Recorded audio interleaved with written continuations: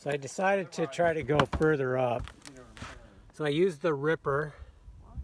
This is from Slate Roofing. The idea is you can reach in there, hook the nail between the head and hook it on the shank, and then hammer it backwards so you pull the nail.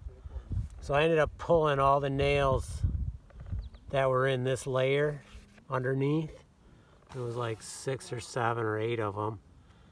It's kind of a hassle, but that way I was able to slide a full 10-inch strip up into here. So all this is now covered underneath with flashing, with aluminum. And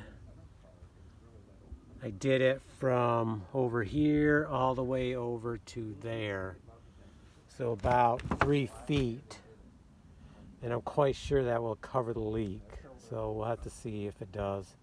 I hope it does. Okay, so our next spot is over here. And this is the one that didn't surprise me.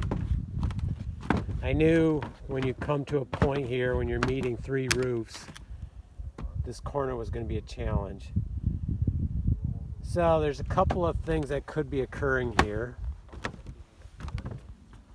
One is I'm going to need to take these off so I can see it better.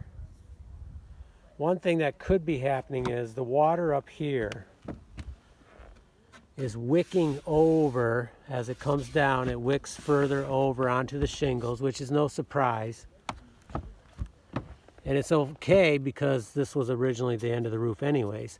But the problem is when it hits this corner right here, you would think it'd be okay because I got this overlapping, but for some reason something's getting in there. The other possibility is right here, once I remove this,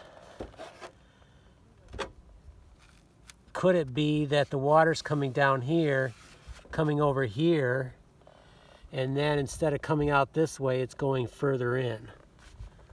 So that's another option. So I think this is probably the most likely because I see I have overlap there. But either way, I got to remove these, set them aside, and then decide from there which is most likely occurring. But it is only in that one corner. Okay, let's take it apart and see what we got.